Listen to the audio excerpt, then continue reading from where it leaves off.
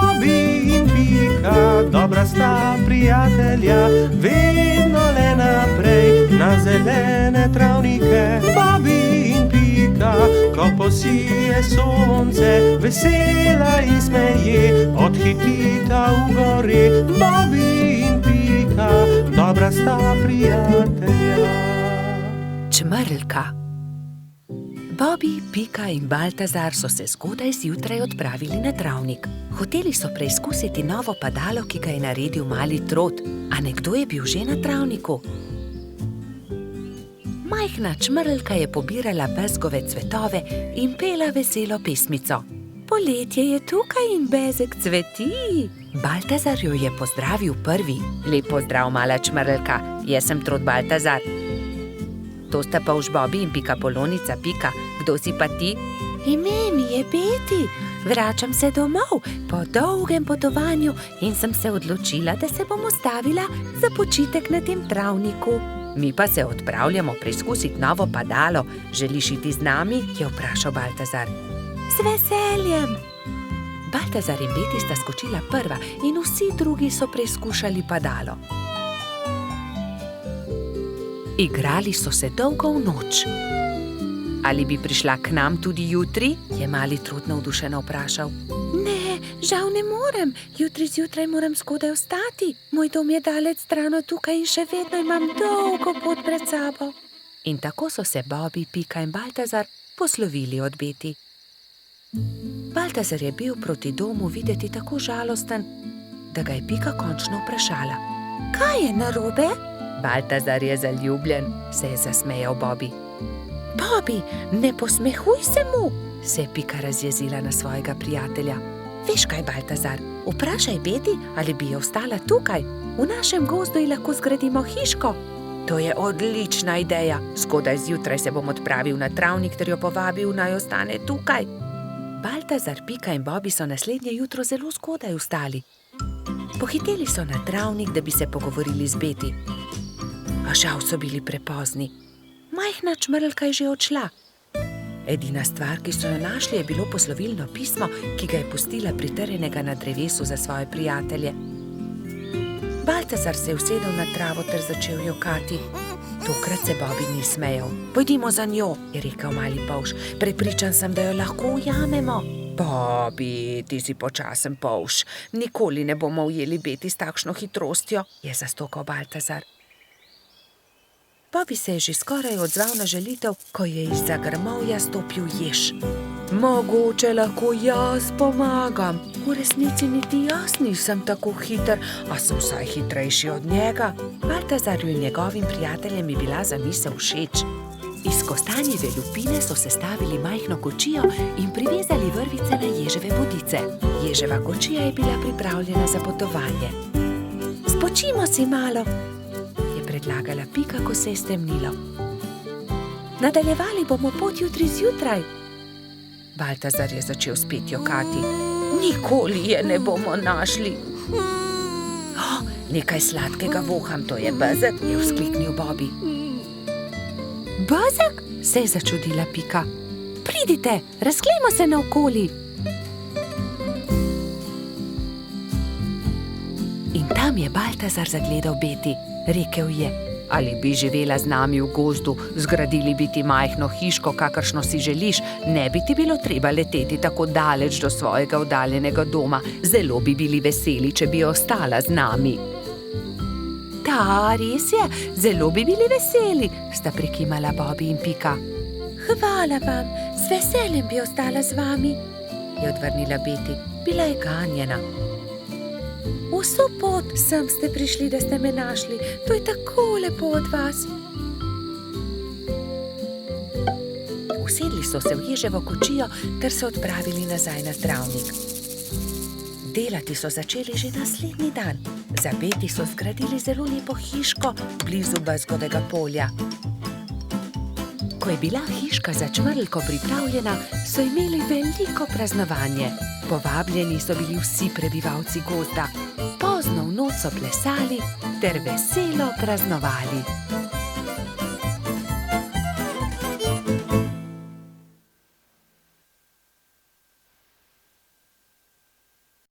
Bobby in Pika, dobra sta prijatelja, vedno le naprej na zelene travnike. Bobby in Pika, ko posije sonce, vesela in smeje, odhitita v gori. Bobby in Pika, dobra sta prijatelja. Rumena pikapolonica. Prišla je pomlad. Pika se je odločila, da bo uredila svoj cvetlični vrt. Poiskala je lopato, grablje in si na glavo nadela pikčasto ruto. Takoj, ko je stopila skozi vrata, je za hišo zaslišala tiho stokanje. Klemen, krila so se ti zlomila, je vzkliknila mala pikapolonica. Sonce me je zaslepilo in sem treščil drevo. Z visokega sem padel in se zelo udaril, je rekel kanarček. Tam sta bila ravno polž Bibi in rogač Gašper. Gašper, odhiti hitro do doktorja Sove, Klemenu so se zlomila krila, je organizirala Pika. Kmalu je prispel doktor Sova. To je res grd zlom. Previdno počasi je povil Klemenovo zlomljeno krilo. Pomisli, Pika, je nekega dne pripovedoval Klemen. Na otoku, kjer živim, tudi stanuje ena deklica pikapolonica. Kaj res? Ima tudi ona rdeč hrbet in 7 črnih pik? Je vzburjeno vprašala Pika. In kako se imenuje? Kati, njen hrbet je rumen, pike pa ima enako črne, zelo sta si podobni. Ko bom zdrav, pridi z menoj na otok in se lahko tam sreča z njo. Kako bi bilo dobro, lahko pride tudi Bibi? Seveda, za oba je dovolj prostora na mojem hrbtu. Kmalu je spet prišel doktor Sova. Ugotovil je, da se je Klemenovo krilo lepo zdravilo. Nato se je kanarček Sovi zahvalil za pomoč, vzel na hrbet Bibi in Piko in odletel proti oddaljenemu malemu otoku.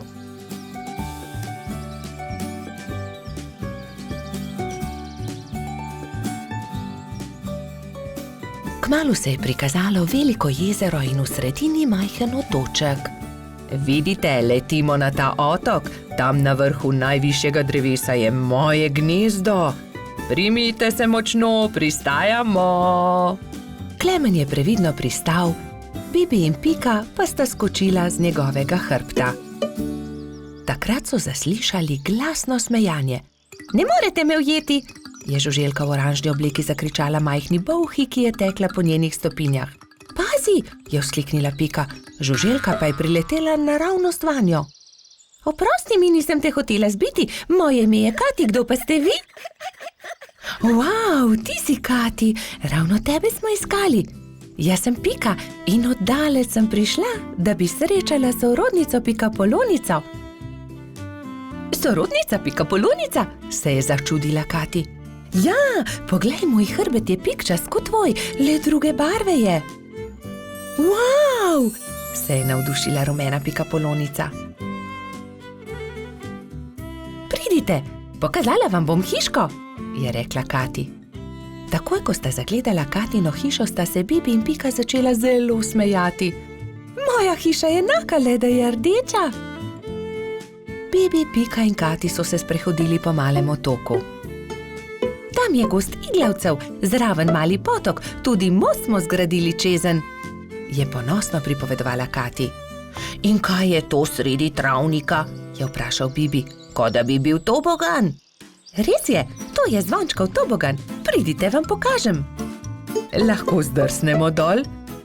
Seveda, kar pogumno za menoj, je rekla Kati in se odrinila, da bi zdrsnila po vijugastem toboganu. Bibi, Pika in Kati so veselo drsali, vse dokler se ni stemnilo. Pozno je, pridite, odpeljem vas domov, je rekel Klemen. Pika in Kati sta se izmenjali svoje rute v slovo. Srečno pot, je vzkliknila Kati, pridite še kdaj. Preden je kanarček prispel do Pikine hiške, se je že popolnoma stemnilo. Na nebu so se bleščali luna in zvezde.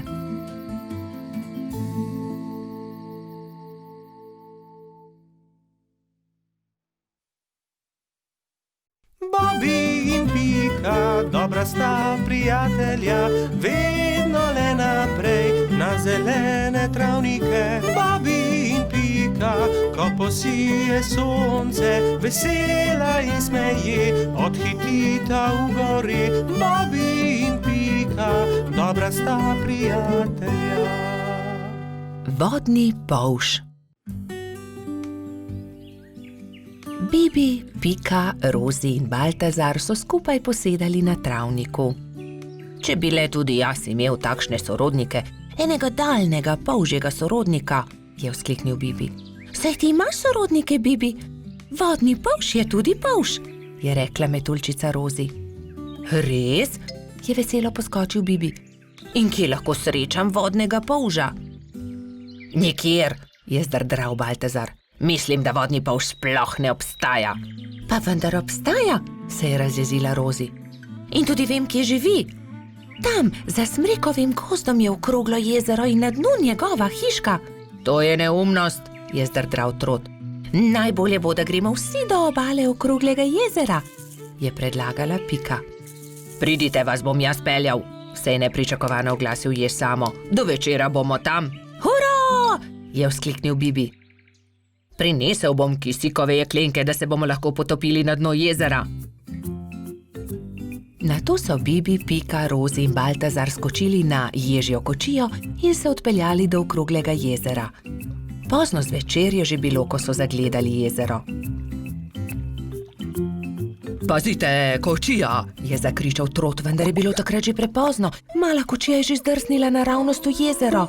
Bibi, Pika, Baltazar in Rozi so začeli jokati.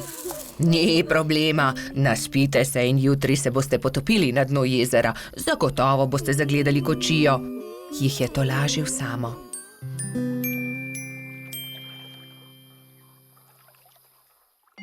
Naslednji dan je Bibi zgodaj vstal. Poglejte, lokvan je odprl svoj cvet in na listu nekdo stoji, maha nam. Kdo pa si ti? Je prijazno vprašal Bibi. Zdravo, jaz sem polž Žiga, živim tu na dnu okroglega jezera, se je predstavil vodni polž. Vidiš, Baltazar, resnično obstajajo vodni polži in tudi jaz imam sorodnike. Polž Žiga ni razumel, zakaj se ga je drugi polž tako razveselil, ampak Pika je razložila, zakaj so se podali na pot. Tudi jaz sem vesel, da sva se spoznala, dragi sorodnik, je rekel vodni polž Bibu. Polž Žiga, nam pomagaš poiskati kočijo, ki se nam je potopila v vodo? Je na to vprašala Rozi. No, seveda, pridite z menoj, je dejal vodni polž. Poiskali bomo kočijo in ogledali si boste lahko podvodni svet, pokazal vam bom svoj dom. To je moja hiška, je ponosno rekel polž Žiga. Ks, ks, ks, ks, ks, ks, se je zaslišal zastrašujoč, sikajoč glas. Bibi, Pika, Rozi in Baltazar so prestrašeno skočili za hiško, le polž Žiga se je smejal. Ne bojte se, to je moj prijatelj Kača. Predraga Kača, si slučajno videl kostanjevo kočijo na dnu jezera? Je vprašal polž Žiga. Seveda, je dejala Kača. Primite se mene, vas bom odpeljala. Tam je vzkliknila Kača. Bibi, Pika, Baltazar in Rozi so se zelo razveselili. Uspelo je čestital Jež, ko je zagledal majhne prijatelje, ki so splavali na površino. Medtem, ko se suši kočija, malo plujmo, je predlagal polž Žiga. Vsi so se usedli na lokvarjev list, polž Žiga pa je veslal. Čas je, da odrinemo domov, je rekla Piki, ko se je začelo temniti. Ne, ostanimo še, je prosil Bibi. Bomo prišli še kdaj drugič, je povedala Rozi. Bibi, Pika, Baltazar in Rozi so se poslovili od polža Žige. Na obali jezera jih je že čakal Jež Samo. Usedli so se v ježjo kočijo in odrinili proti domu. Naslednji dan sta Bibi in Pika narisala lepo sliko o daljnih sorodnikih. Na sliki so bili Pika, Kati in Bibi s polžem Žigo.